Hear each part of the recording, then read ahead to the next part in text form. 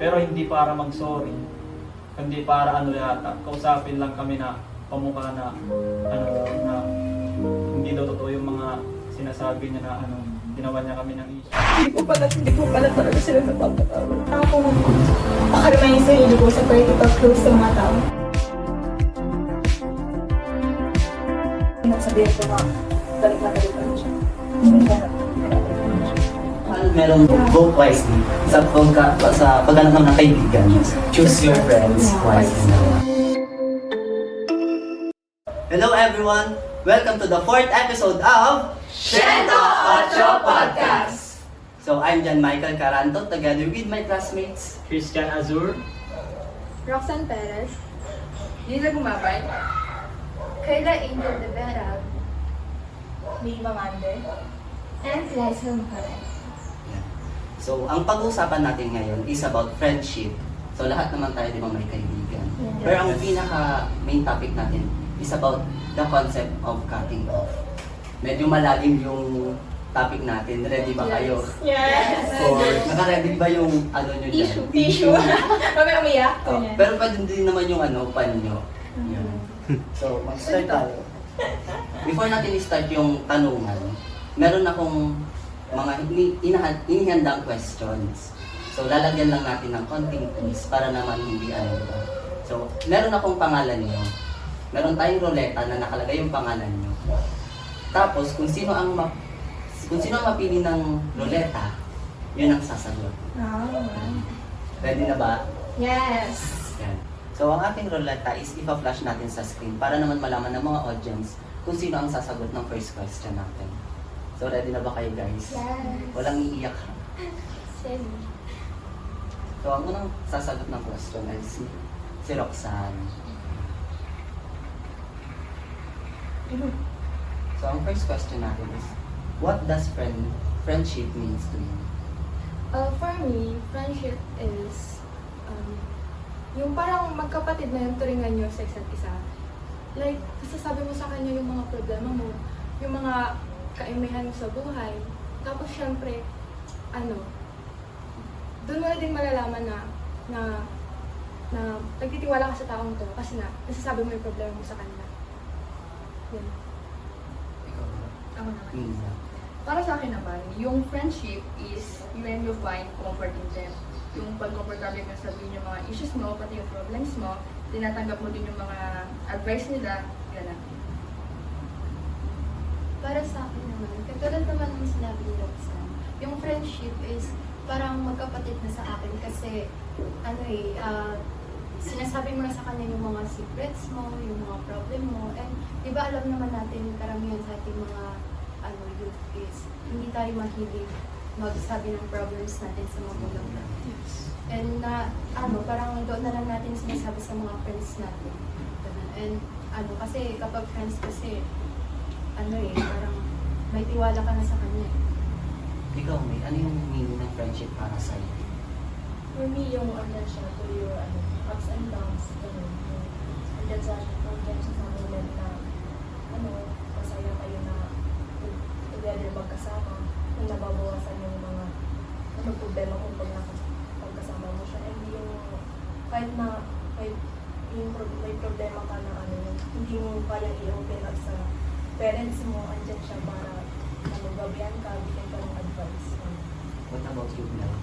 Para sa akin naman, as a people person, syempre, kilala ko as a friendly, di ba? Like, para sa akin kasi like parang hindi siya like parang hindi siya ganun sa sinabi nila na kailangan dapat mapagkakatiwalaan, ganun. Kasi ako, may ako, like parang, pag nakita ko na isang tao, feeling ko, kaibigan ko na siya, ganun. Like parang, makita ko lang siyang masaya, ganun. Feeling ko, kaibigan ko na, ganun. Like parang mapagkakatiwalaan ko na, ganun. Tapos, pero, in a deep meaning, para sa akin, ang friendship is, kapag, for example, may problema ka, ganyan. Diba, doon naman talaga natin mararamdaman na kung totoo ba talaga itong kaibigan na to. Hindi yung lalapit lang kapag kailangan mo, kailangan ka, ganun. Kapag may kailangan sila, ganun. Tapos doon mo malalaman na, ay, parang special ako sa taong to. Feeling ko parang siya na yung kaibigan ko na maasahan ko, ganyan. Tapos, para din sa akin is, kapag ka-vibes ko nga, ganun, like parang na, parang nagbibigay niya yung yung energy na nagbibigay ko sa kanya, ganun. Yung parang, for example, nagkikitahan, ganun, nag-usap-usap, ganun. Yun. Pakinggan naman natin yung thoughts ni Azur. For me, yung friendship sa akin is yung mapagkakatiwalaan ko talaga. Kasi bihira ka na makahanap ng kaibigan ngayon na pagkakatiwalaan, di ba? Kasi yung mga sinabi nila is very common na na parang characteristic ng isang friendship. Kaya sa akin, kung ako talaga tatanungin is yung mapagkakatiwalaan. Kasi dati nung may na-try na rin ako na parang naging kaibigan, tapos yung pinagsabihan mo nga ng mga problem mo, tapos in the end, kinawento niya pala sa iba. So, ang parang ko doon is yung tiwala talaga, yung someone na who can entrusted your secrets, ganyan, yung mga personal mo sa buhay. And isa pa, yung friendship na hindi ako tinotolerate ko, nagkamali ako, ganun. Yun yung nagustuhan ko lalo sa isang friends ko, like si Bianca de Vera, ganun. Pag nagkakamali kasi ako, hindi nila tinotolerate, sinasabi nila sa akin. Which is, yun yung maganda sa friendship namin kasi, tinutulungan nila ako mag-grow as a person. Ganun. Kaya yun yung parang nagustuhan ko sa yun yung definition sa akin ng friendship. Yung hindi lang sasamahan ka sa mga kasayahan, ganyan. Yung correct ka rin, tutulungan ka mag-grow as a person. And for you naman, anong definition mo ng friendship?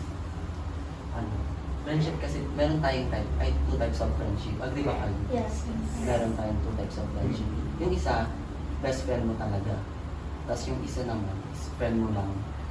Yung best friend kasi, parang ayun yung sinasabi ni Azul kanina na pinagkakatiwalaan mo. Diba? Kasi pag friends kasi, minsan andyan lang sila pag masaya ka, sasamahan ka lang nila sa saya. Tapos pag malungkot ka na, wala hindi mo na sila natatakbuhan. Pero pag best friend kasi, kahit na down ka, diba? Tapos kahit Katry mo na rin ba masaya. magkaroon ng ganong klaseng friends? Oo, madami. Yung pag kailangan ko ng mapagsabi ng problema, ganun. Tapos sasamahan ka talaga nila. Hindi ka na basta iiwan na lang. Pero hindi naman lahat ng friends ganun.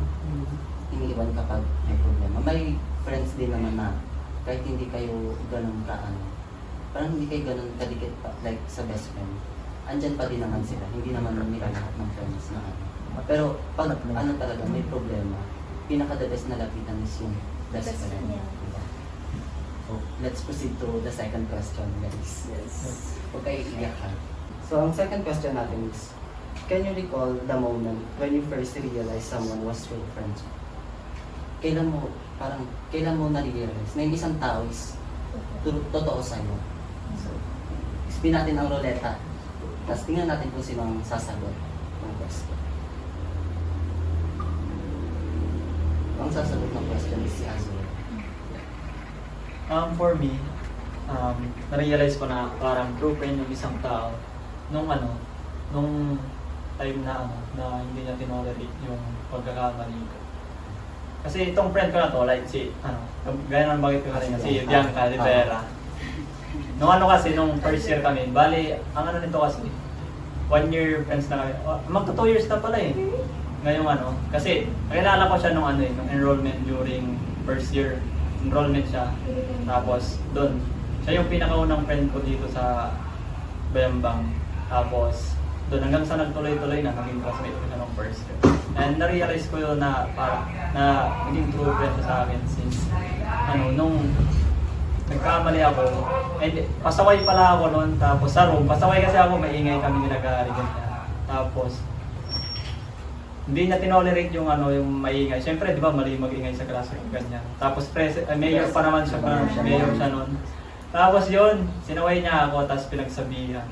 Then after nun, sinabi niya na na off yung actions ko, yung ganyan. Hindi ka ba na-off na Hindi naman, kasi Like parang Alam ko- sanay ka rin ba na tinatama ka ng isang tao? Oo, sanay ako kasi hindi ko tinitignan yun as parang na parang off yun, negative, ganyan. Kasi kaibigan ko siya, tsaka sanay naman ako na na tumanggap ng pagkakamali ko. Tsaka alam ko mismo sa sarili ko na na mali ako, na-realize ko rin after nun. Tsaka hindi naman niya ako pagsasabihan, di ba, kung hindi naman mali yung ginawa ko. Kaya di Diba? ka na nag-iingay ngayon sa room. Nag-iingay pa rin naman pag walang pag walang klase, ganyan. Pero doon ko talaga na-realize na na totoo siya sa bilang kaibigan sa akin kasi hindi lang naman yung na pangyayari na pinagsabihan niya ako about sa pagkakamali ko. May mga times pa rin kasi na pag magkakasama kami ganyan, pag nagkakabiruan, medyo off yung biro, ganyan. After nang magbiruan, ganyan, sasabihin nila agad na mali yung ganito, ganyan. So tatama ka nila. So ayun, ginagawa ko na lang din is nag-sorry na lang ako and hindi ko na rin yung ulit. Parang may gustong sabihin si Lisa. Pakinggan naman natin yung honest niya. So, sa akin naman, na-realize ko na true friend yung friend ko nung time na down ako. Tapos, nandun pa rin siya. Like, pag nagbibigay siya ng advice, ganyan. Pag di niya din tinotolerate yung pagkakamali ko, ganyan sinasabi niya din, pinapoint out niya. Parang tinutulungan niya rin ako na i-grow din yung self ko. Anong klase yung mga advice ko yun? Sinasabi sa'yo? Like, pero pag sa love, wag mo yung tanga, ganyan. Marupok, ganyan. Marunong ka. Pero na-apply naman. Oo, ngayon, na-apply ko, kaya ayaw ko mag-boyfriend. Good. Ito, bago i-ano natin yung tanong natin. Kung kanina, na-realize mo na true friend yun.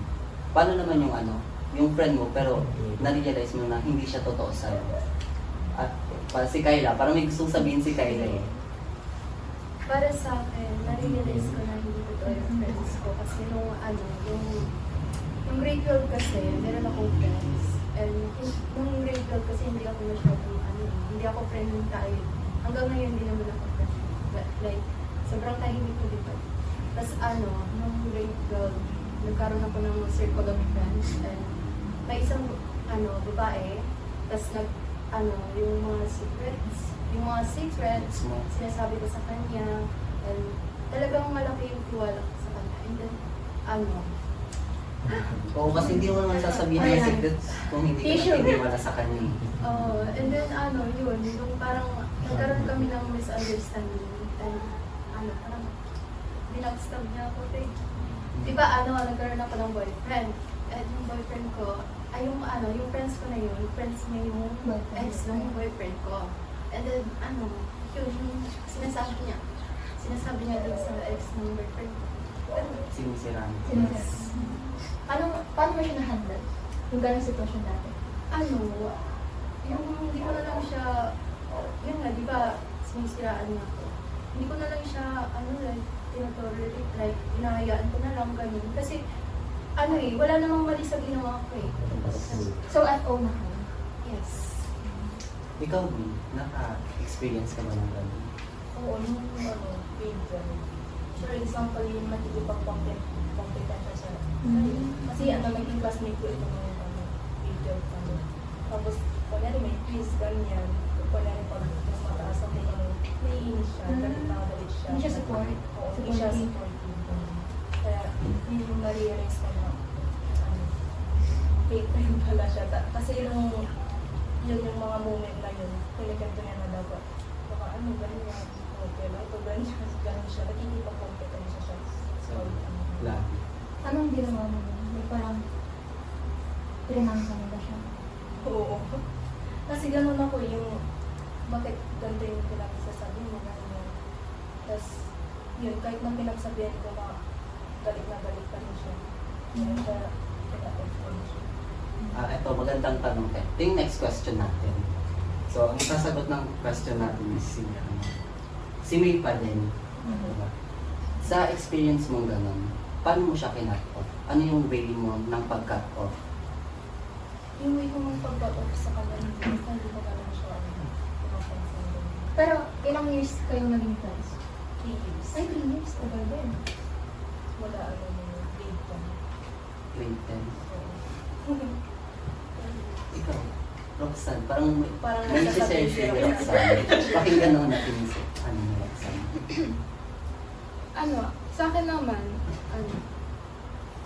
may, kasi, friend, circle kami. Yeah. grade 9, naging, friend ko sila. Tapos, edi hanggang sa kasi grade 9, ano ka pa nun? Tawag dito? Yung parang, hindi ka pa matured, ganun. Like, ang toxic pa ng friendship nyo. Kaya, natotolerate yung mga, yung mga mali din na, like, sa like, cheating, ganyan. Ganyan. Tapos, ng grade 12, parang nagkaroon kami ng misunderstanding. Tapos, nung wait lang. Okay lang, take your time. Makikinig tayo. Kasi nung malapit na yung graduation namin. Tapos, may nangyari na sa aming dalawa lang yun yung pinaka-close ko sa kaibigan ko. Tapos, Sige lang, take ka namin. Pag usapang friend kasi mabigat eh. Lalo na pag pinaka-close mo pa yung kinat-off mo. Mabigat sa Wala namang Kahit sobrang tagal na, pero basta pag dikit mo talaga eh, kahit sobrang tagal na hindi mo makakalimutan. So, bigyan natin ng oras si Roxanne. tapos yung pinaka-close ko na yun, siya na talaga yung parang tinuturing kong kapatid. Ganun. Kasi, tumitira na rin ako sa bahay nila nung dati. Like,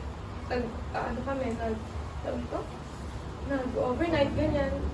Tapos, yun, palit na understanding lang naman. Pero, ang ginawa kasi nila, pinag-usapan nila ako sa GC namin. Tapos yun, ako nun palis ako nun sa GC namin. Kung hindi ako nagpa-add sa isa namin kaibigan, hindi ko mababasa lahat yun. Gusto pa nga nilang gumawa ng ibang GC na hindi ako kasama.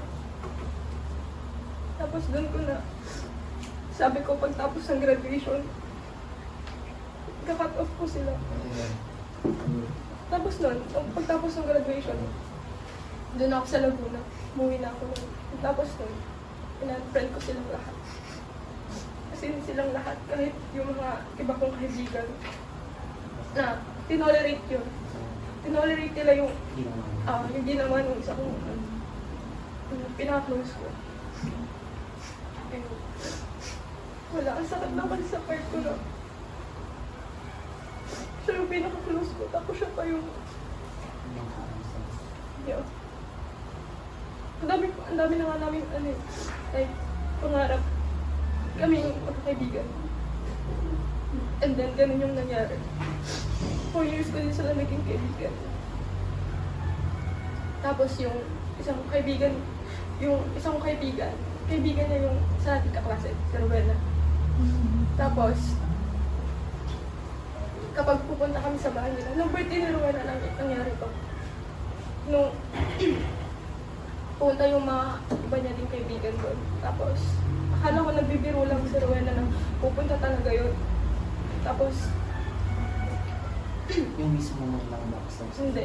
Yung ang tolerate doon sa kung ano. Akala ko nagbibiro lang siya na pupunta, like, inaasar lang ako. Siyempre ako naman, ayun, hindi ako naniwala. Pero nung andun na sila sa labas. Tapos, nung pinapasok ko rin si Rowena, ang awkward eh.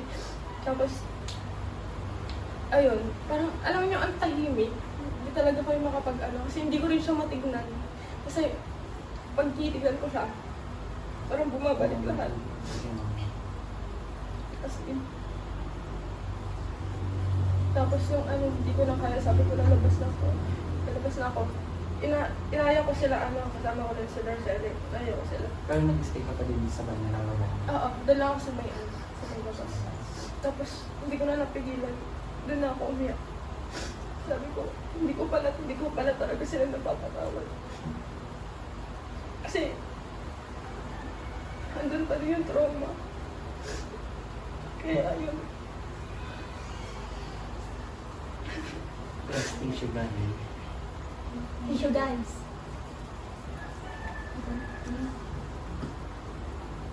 Ito balita ko kasi si Clay, madami din siyang kaibigan. Baka meron siyang isi-share sa atin na kwento about naranasan. Ako naman, si sige, balikan natin yung high school. Kasi di ba nasabi ko nga kanina na ano ako, friendly akong tao. Dahil kasi, sabihin na natin na parang hindi tayo mabubuhay ng walang friends, di ba? Kasi naman sa tayo, di ba? Lalo na sa mga taong extrovert, kaya yung mga friendly.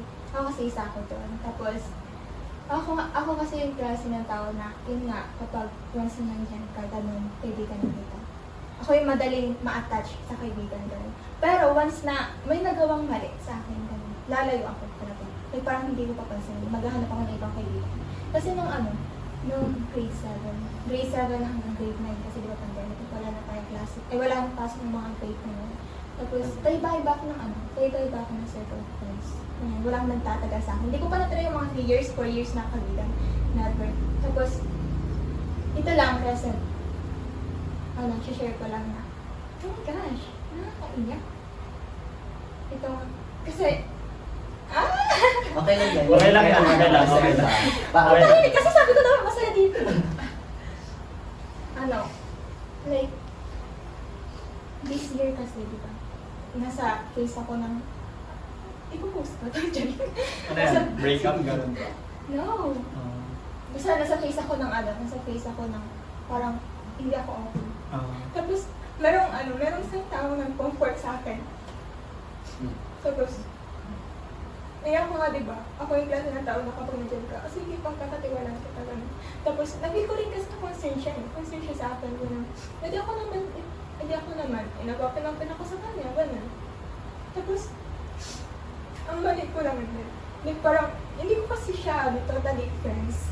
Like, parang ano lang kasi yun eh, parang, siguro dahil nandyan nga siya, gano'n. Like parang, feeling ko nga, pagkakatiwalaan ko, gano'n. Tapos nag-share din kasi siya sa akin, gano'n.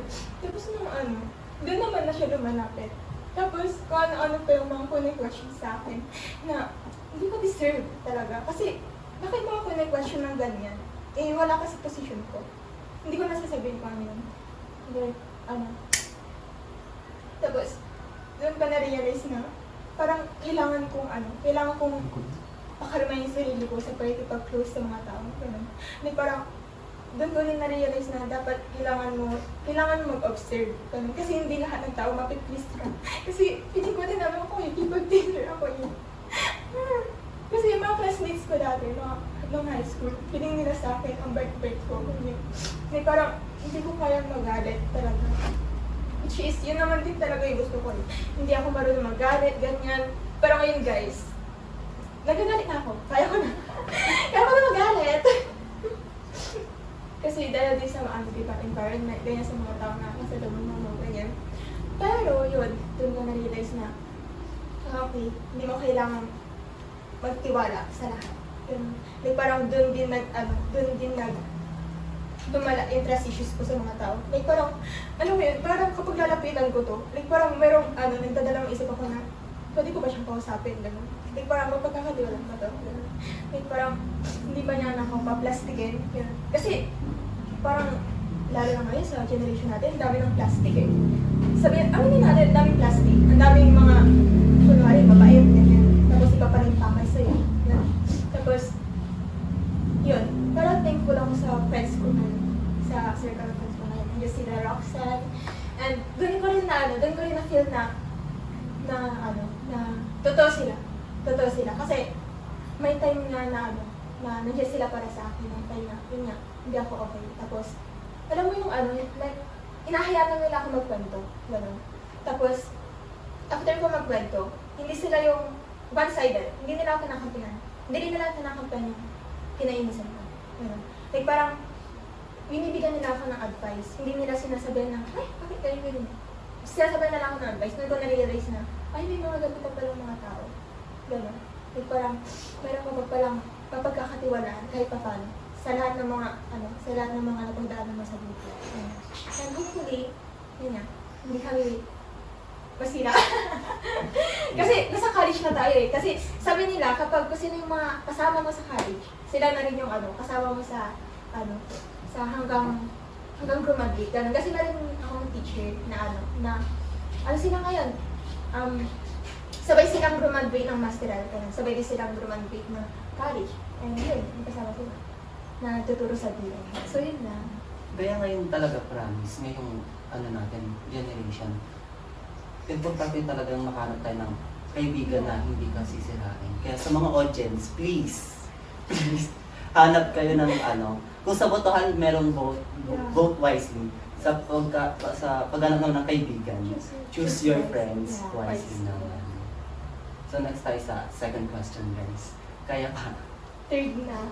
Ay, third na. Masyado ka sa dalawa, Madala sa dalawang ano. Baka kayo, lalo ba kayo i-share? Pag wala na, next time. Siguro ako may dadagdag ako.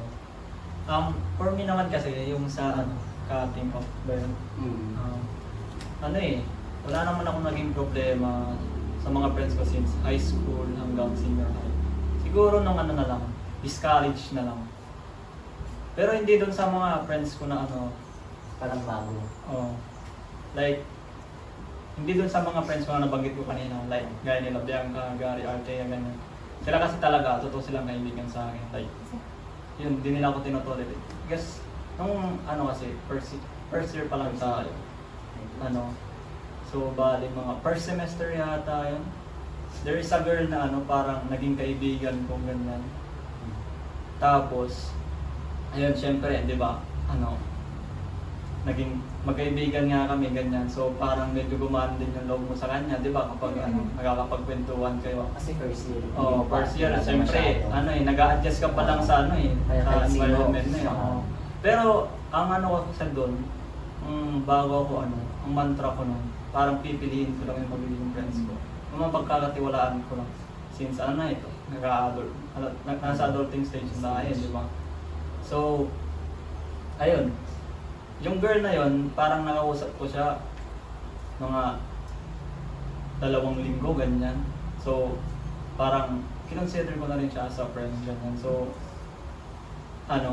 parang nagkwento na rin ako ng mga na personal life experience ko sa kanya, mga pero hindi naman totally problema, yung mga lang, about sa personal info, ganyan. And hindi ko naman ina-expect na parang yung mga kinikwento kong yun is ikikwento niya rin pala sa'yo. Pero, bago yun, itong friend ko na si Bianca, kasi meron siyang meron siyang parang si Bianca na nasisense niya yung kung negative ba yung aura ng isang tao, yung energy niya. Parang before ko to ma-met, parang sabi niya, ay, sabi niya, mag-ingat ka dyan, sabi niya, kasi iba yung nasisense ko sa kanya, parang mabigat yung aura niya. Tama naman. Oo, tama naman, pero nung una kasi, hindi ko ginadge yung pero nagdadalawang isip ako, like kung susundin ko yung pero nag-iingat naman ako nun, pero ang nangyari kasi, like, nakwento ko na yung mga yung mga personal ko doon sa bago pa nasabi ni Bianca. And in the end, totoo naman yung sinabi ni Bianca. So ayun, nagsisi ako kasi Pinagkatiwalaan mo pa. pinagkatiwalaan ko, tapos in the end, siya pala yung maninira sa akin. Ginawan pa ako ng issue sa school. So, doon, parang biggest regret ko yun kasi hindi ako naniwala kay Bianca na kasi hindi ko naman inusgahan agad yung tao pero parang na-sense lang din ni Bianca na mabigat yung energy, which is totoo naman, sobrang bigat ng energy niya. And sobrang bigat din, hindi ko ma-explain.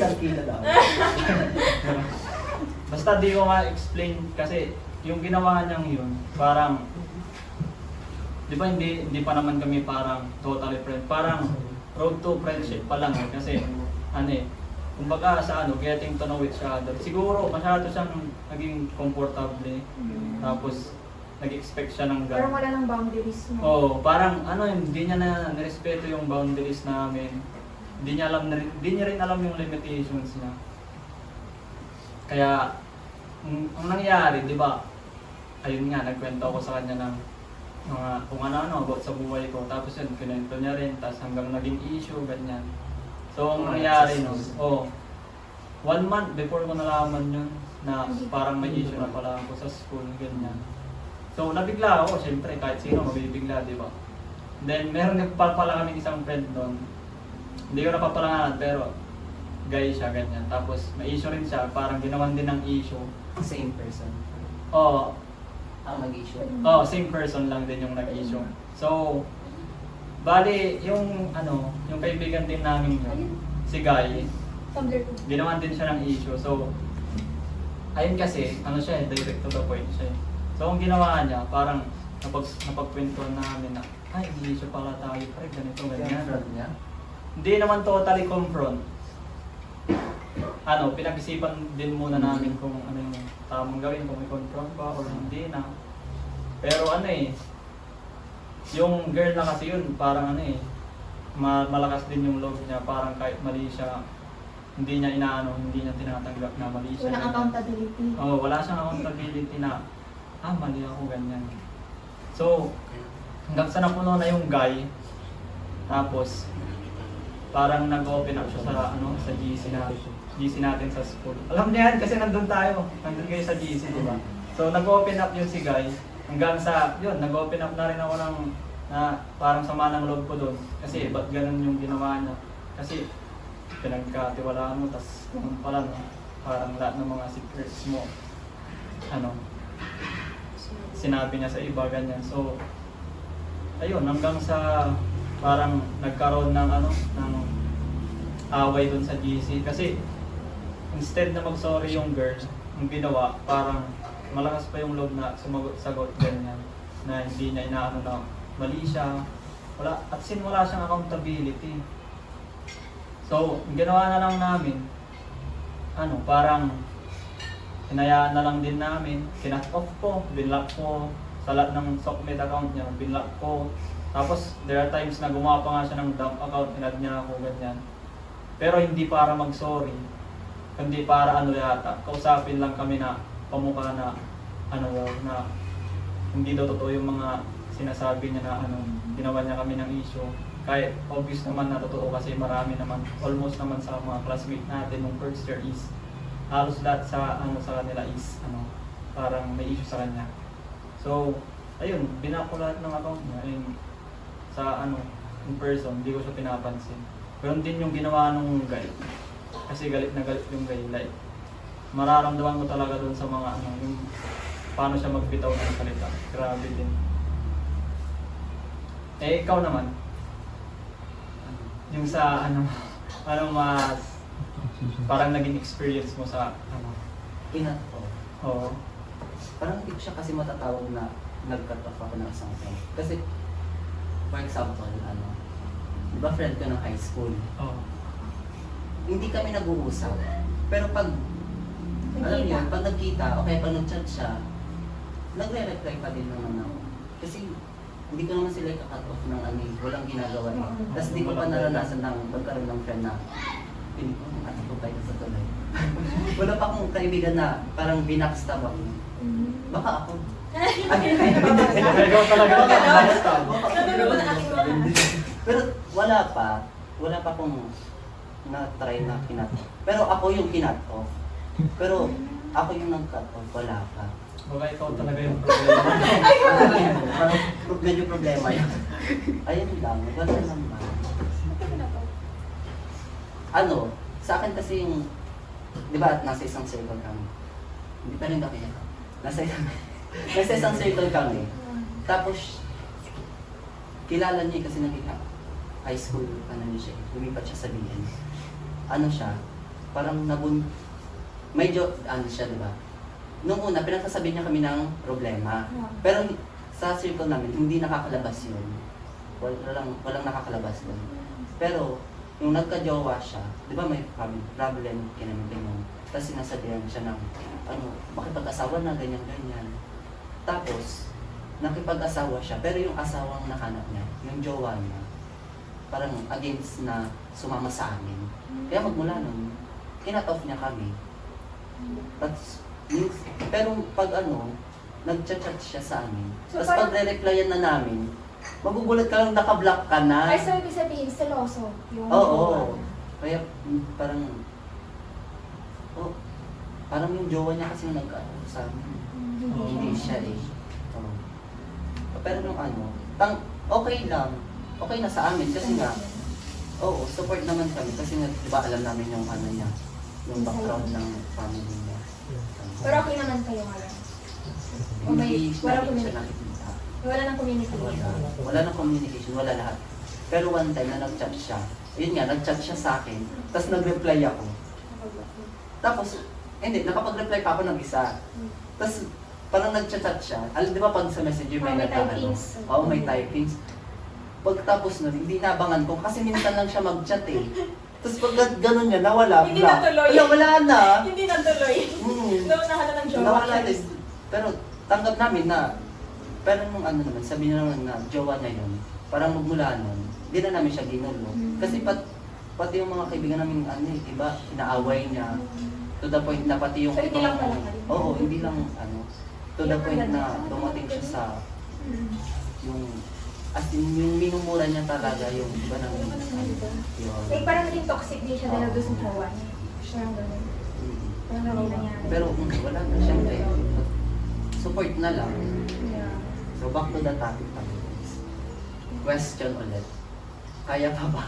No, go lang, go lang. Tingnan muna guys. Ilang Tingnan minutes muna. na yan? Tingnan muna tayo guys. Sabihin ko na yung question natin na in one word, ano yung pinaka-point kung bakit kayo nagkakato? In one word lang ah. So ang magsisimula, I see. One word ah. Isipin mo na guys. Yan. Si Roxanne. In one word. Wala na explanation. No explanation needed. Kung bakit One word. nagkakat-off. Bakit yung pinaka-point, yung bakit ka dumating sa point na kinat-off mo yung tao? Betrayal. Oh, narinig ko. Sa kwento niya kanina, di ba?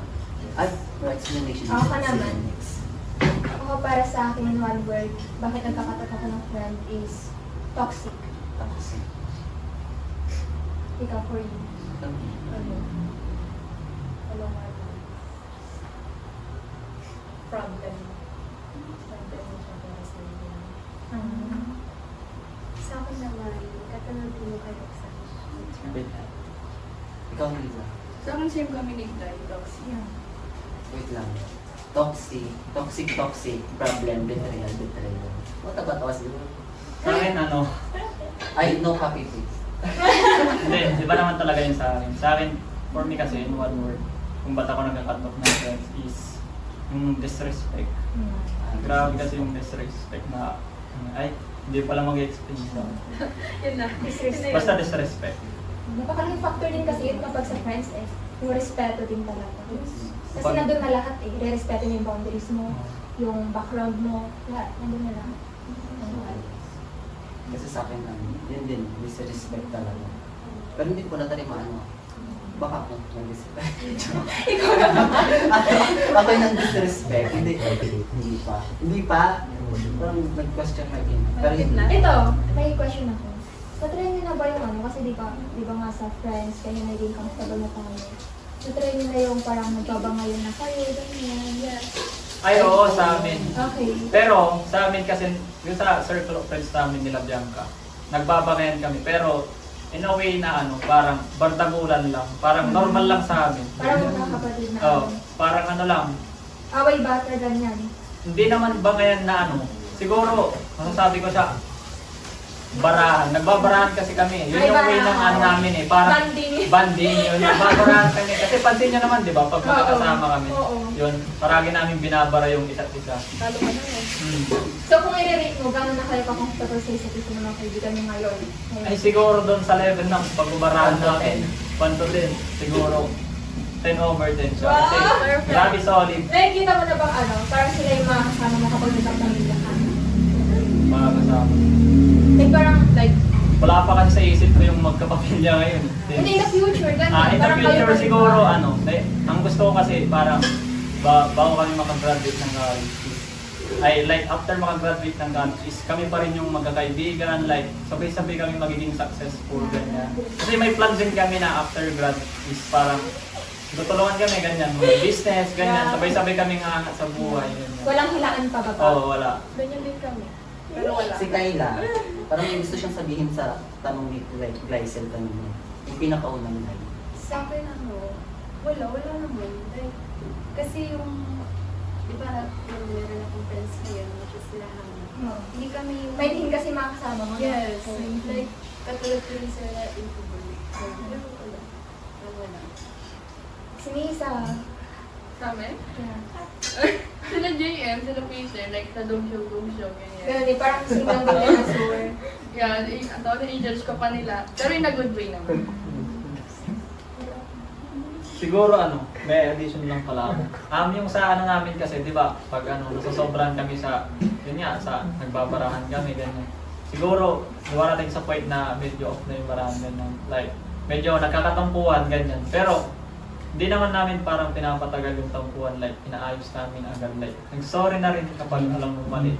Or kapag di niya alam na parang off yung action niya, sinasabi naman nila agad. So, ayun.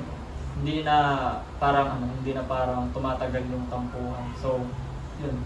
Yun yung parang nagiging dahilan yung open kami sa isa't isa pag may nagkakaroon. So, yung parang doon hindi nagiging toxic yung friendship namin. Yung sa amin pala malala. Hindi kasi sa amin pag kung natin biruan. Alam mo yung biluan na below the belt? Ganun yun, tapos idadamay pa yung magulang. Ay, parang hindi sila walang-wala na ganyan. Oo, tapos idadamay pa yung magulang, pero wala nang tatampo. Parang, wala pa. Malapit pa lang. Kasi sumusobra na eh. Pero, yung take kasi nila sa joke lang. Yun ang maganda pag talaga nakahanap ka ng kaibigan na tunay. Tunay. Yung friendship na, alam mo, hindi ka Yung sasabayan ka sa trip mo, Oo. ganyan. Kasi sa amin, diretso eh. Kahit magulang, dinadamay, tapos murahan. Ay, binabackstab ka, pero paharap. Oo, ganyan. Ibabackstab ka, tapos tunad gaganyan. Pero alam mo naman yung sinasabi. Yun lang. Thank you guys sa pag-share ng mga na-experience nyo about cutting off and syempre sa friendship mo. Yes. Thank you din for having us. Thank you so much din kasi thank you so much sa pag-guest sa amin dito. And nagpapasalamat din ako sa mga friends ko sila Bianca, Cathy, Esther, Gary, Althea. And sa mga audience, sana may natutunan kayo sa mga share namin Yes. experience ng buhay.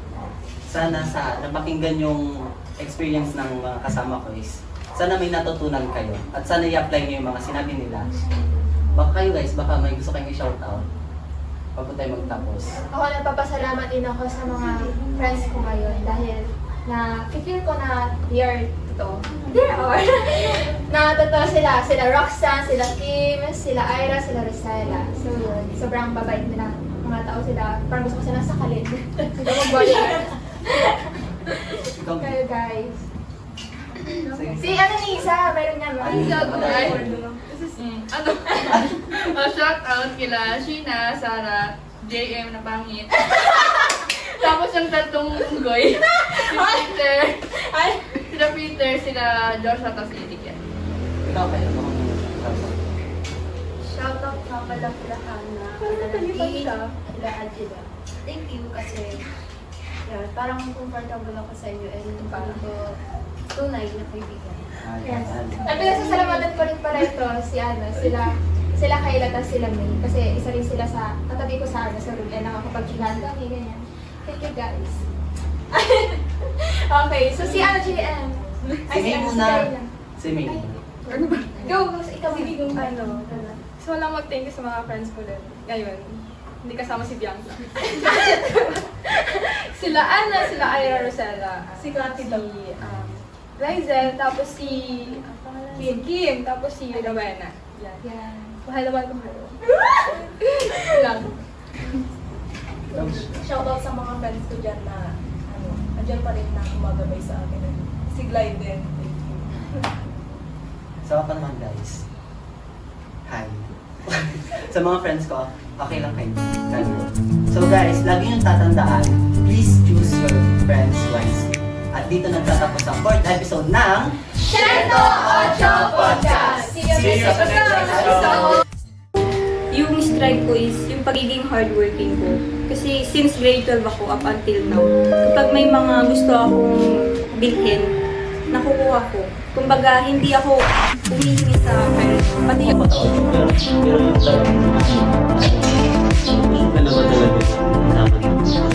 oo, lately, perfect timing na panawalan ng isang tao.